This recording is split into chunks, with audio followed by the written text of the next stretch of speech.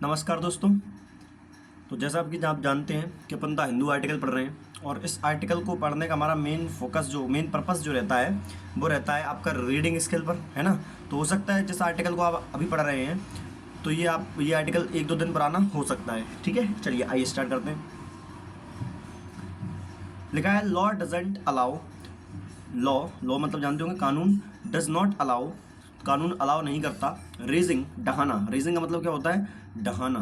क्या होता है दोस्त? डहाना, है ना, ये डा बना है। तो जो है कानून जो है अनुमति नहीं देता किसको? Of homes of accused, raising of homes of accused. मतलब सुप्रीम कोर्ट ने ये कहा है, ये एससी का मतलब सुप्रीम कोर्ट है। तो सुप्रीम कोर्ट ने कहा है कि जो कानून है वो किसी भी अपराधी के घर को गिराने की इजाज़त नहीं देता। ठीक है।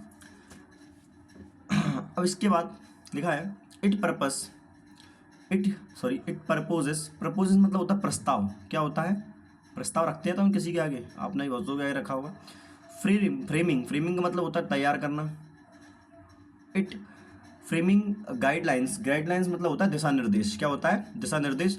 For action against unauthorised structure to ensure authority do not take advantage.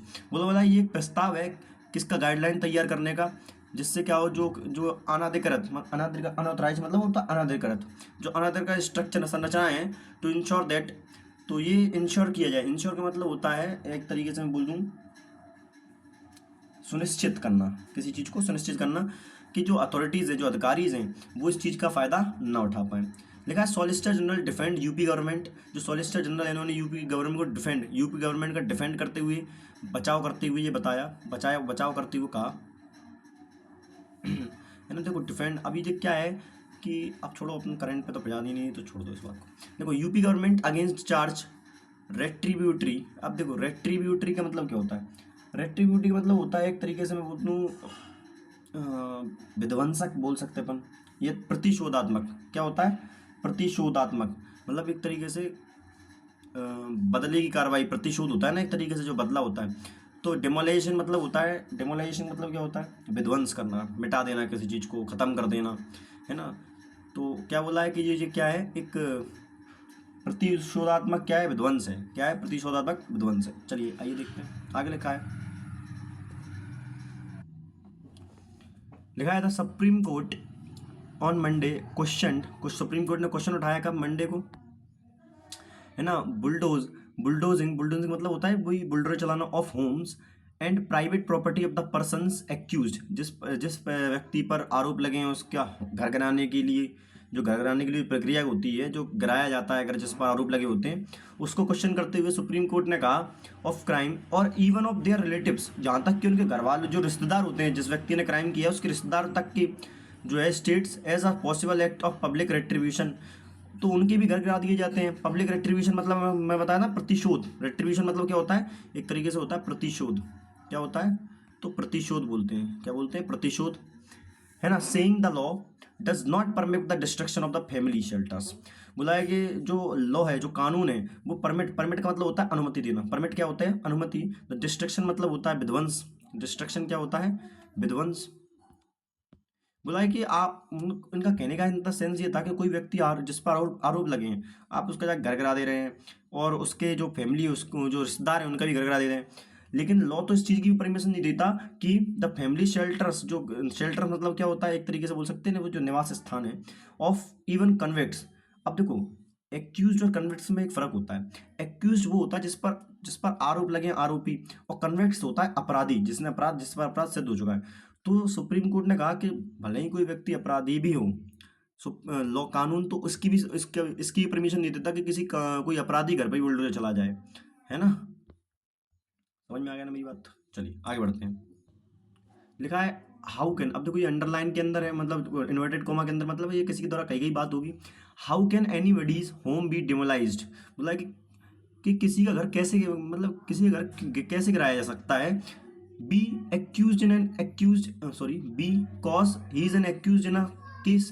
बोला है कि कोई व्यक्ति किसी भी मामले में अगर अपराधी है, मतलब एक अपराधी तो बोल सकते हैं, मतलब कोई व्यक्ति आरोपी है कि जिस पर केवल आरोप लगाए, तो उसका अगर ऐसे कैसे आप गिरा सकते हैं? The law does not permit, तो कानून इसकी इजाज़त नहीं देता। That can it happen even if a person is convict, बोला है कि क्या अगर कोई व्यक्ति अपराधी है तब भी इसकी इजाज़त है, तब भी आप किसी जगह से किसी का घर गिरा सकते हैं? तो आप बोलेंगे सर नहीं गिरा सकते, है ना, अपन हमारे पास किसी का घर गिराने की इजाज़त नहीं है।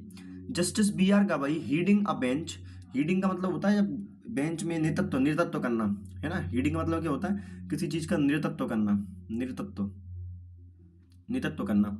Heading a bench with justice के वी विश्वनाथन आस्ट, तो के वी ने जो मिस्टर गवई है जो हीडिंग कर रहे थे किसके साथ बेंच में, तो के वी विश्वनाथन के साथ जब बेंच कर रहे थे तब उन्होंने ये प्रश्न खड़ा किया, ये क्वेश्चन किया। Senior advocate Dushyant Dave appearing for the petition along with petitioners along with senior advocate CU Singh urged the court to make a statement that bulldozer justice will not be meted out anywhere in the country। बोला गया कि उन लोगों ने question किया कि भैया जो बुलडोजर है, जो बुलडोजर जस्टिस है will not be meted out anywhere in the country, कि जो बुलडोजर से जो न्याय दिलाने का काम चल रहा है, कोई भी अपराधी है उसके घर को बुलडोजर से करा दिया जाए, ये जो है मीटेड नहीं है। ये क्या नहीं है? मीटेड नहीं है ना, समझना होता है मीटेड का। और मीटेड का मतलब क्या होता है? समझना। और उन्होंने ये बोला है इस स्टेटमेंट के दौरान कि कहीं भी कि देश में किसी भी कोने में बुलडोजर के माध्यम से तो न्याय नहीं दिया जाना चाहिए, या दिया जाएगा, ठीक है, या नहीं दिया जाएगा, मेरा कहने का मतलब ये है ना। लिखा है the justice Viswanathan said the top court, जो विश्वनाथन है उन्होंने शीर्ष अदालत ने कहा was intending to lay down uniform guidelines. तो इंटेंडिंग का मतलब होता है विचार करना। क्या होता है? विचार करना, कि विचार कर रहे हैं on a pan India basic streamline to procedure for identifying unauthorised structure, ठीक है, क्या अनऑथराइज स्ट्रक्चर पर विचार करेंगे। Issuing notice to a person concern, जो चिंतित व्यक्ति है, मतलब जिस पर शक है या जो भी है, कंसर्न मतलब होता है एक तरीके से चिंतित व्यक्ति, उनको नोटिस भेजा जाए। And giving them a fair hearing, और उन्हें क्या दिया जाए? एक फेयर हियरिंग। हियरिंग मतलब होता है कोर्ट के अंदर कोर्ट को बुलाना, समझ में आ रहा है कि नहीं आ रहा? सुनवाई करना। हियरिंग का मतलब क्या होता है? सुनवाई।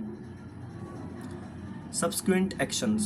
If we lay down the guidelines, even a digitalize the process, neither देखिए उन्होंने बोला कि if we lay down guidelines, if we lay down guideline, lay down का मतलब होता है तय करना, एक तरीके से बोल सकता हूँ कि हम दिशा निर्देश अगर तय कर दें, इवन फिर भी digitalise process, neither authorities nor the person concern can take advantage.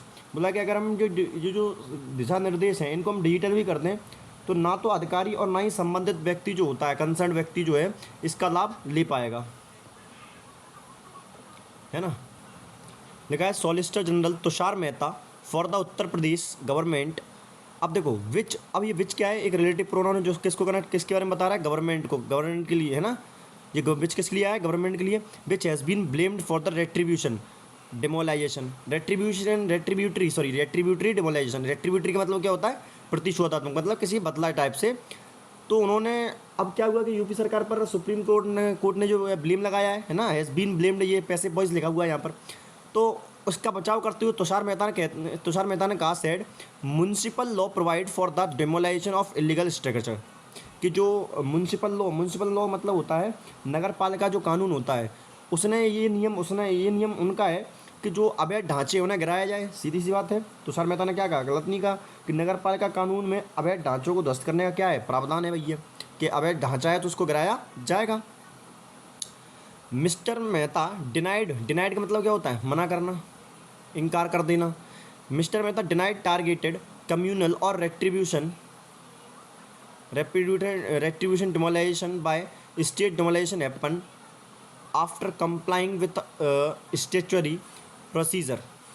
Even the government was against retributive demolition of accused person or their families' homes and properties, he said. उन्होंने कहा, अब देखो कम्युनल का मतलब क्या होता है? कम्युनल का मतलब होता है समुदाय। कम्युनल का मतलब क्या होता है? तो समुदाय, तो समुदाय लिखा है ना। तो उन्होंने जो तुषार मेहता है उन्होंने इस चीज़ से इनकार करते हुए कहा कि जो सरकार है कि लक्ष्यीकरण मतलब किसी के टारगेट करके या किसी समुदाय को टारगेट करके या किसी प्रतिशोध को टारगेट करके ऐसा कर रही है, तो इस चीज़ को उन्होंने इनकार करता। और उन्होंने कहा, आगे कहते हैं, उन्होंने बोला कि डिमोलाइजेशन हैपन, जो विध्वंसकारी जो प्रक्रिया हैं, आफ्टर कंपाइलिंग का मतलब होता है पालन करना। क्या करना? पालन करना। कि जो जो डिमोलाइजेशन जो प्रक्रिया है वो कब की गई, complying with statutory procedure. Statutory procedure का मतलब यहाँ पर होता है वैधानिक कार्रवाई, कि बिना, ऐसा नहीं है कि उसको पकड़ा हमने और कुछ बिना कुछ सोचे समझे जो यूपी सरकार है वो बुलडोज चला देती है, नहीं। सबसे पहले ये वैधानिक कार्रवाई की जाती है, जो जिस जगह पर उसको आरोपी का घर बना हुआ है, जो जिस जगह पर उसकी प्रॉपर्टी है वो उसकी है भी वैध है या वैध है। ऐसा नहीं है कि हम कोई आरोपी हमने जाकर उसका घर करा दिया। Even the government was against retributed demolisation, जबकि सरकार भी किसके खिलाफ थी, जो रेट्रीब्यूटेड डिमोलाइजेशन के खिलाफ कौन थी, सरकार। अब रेट्रीब्यूटिव आपको कई बार मैं बता चुका हूँ, प्रतिशोधात्मक है ना, एक्यूज्ड पर्सन्स। और उन्होंने आगे ऐड की, अब देखो, हाउएवर, हालांकि, ही अर्ग्ड, अर्ग का मतलब होता है एक तरीके से मैं बोल सकता हूँ आग्रह करना, रिक्वेस्ट बोल सकते हैं ना, आग्रह। ही अर्ग्ड द कोर्ट, लेकिन उन्होंने कोर्ट से, जो अदालत है, टू कोर्ट कंसाइडर का मतलब क्या होता है, विचार करना, and alternative to the petitioners narrative, जो बोल में जो भी ये ना, मतलब ऐसे याचिकाकर्ता जो होते हैं, ये पेटिशनर क्या होते हैं, याचिकाकर्ताओं की, जो भी उन्होंने जो बोला ना कि याचिकाकर्ताओं की कहानी के विकल्प पर विचार करने का आग्रह किया उन्होंने, कि भैया जो उनकी कहानी है उनके उस पर विचार किया जाए, है ना। बड़ा हो रहा है यार थोड़ा सा, चलो इतना हो रहेगा, इसको पढ़ लेते हैं। आगे उन्होंने कहा है, mister Mehta asked what if a person, mister Mehta ने पूछा कि क्या होगा कि अगर a person accused of crime, अगर कोई व्यक्ति क्राइम का आरोपी है ना, और had already been facing a notice from the authorities, जैसे पहले से ही जो है नोटिस दे दिया गया होगा, किसका, वार्निंग हिम, ये चेतावनी देते हुए, दैट हिज इलीगल मतलब अवैध स्ट्रक्चर वॉज बाउंड, जो उसका अलग जो इसका इलीगल स्ट्रक्चर है, वॉज बाउंड टू बी डेमोलाइज्ड, जो अवैध ढांचा है जो ध्वस्त किया जाएगा, है ना। From the facts gleaned, from the flax green. अब देखना, ये इन्वर्टेड कॉमा के अंदर मतलब ये किसी ने कहा ही इनकाउंटर, तो इन्होंने इनकाउंटर करते हुए क्या कहा, फ्रॉम द फैक्ट, बोला इन द ग्लीन का मतलब होता है एक तरीके से बोल सकते हैं प्राप्त होना। From the fact glean in many cases notice had been sent to this persons, के कई जो फैक्ट हैं उनसे ये प्राप्त हुआ है, जो जानकारी उनसे ये पता चलता है कि जो व्यक्ति हैं, है ना, इन व्यक्तियों को नोटिस भेजे गए थे, कि जो जितने व्यक्ति, इन सभी को क्या है, नोटिस भेजे गए थे। They later happen to be accused in crime, जो बाद में क्या बन गए, आरोपी बन गए, बाद में क्या बन गए, अपराध में आरोपी बन गए। ठीक है कि नहीं। तो बस इतना ही आर्टिकल है, मिलते हैं अगले आर्टिकल में, तब तक के लिए धन्यवाद।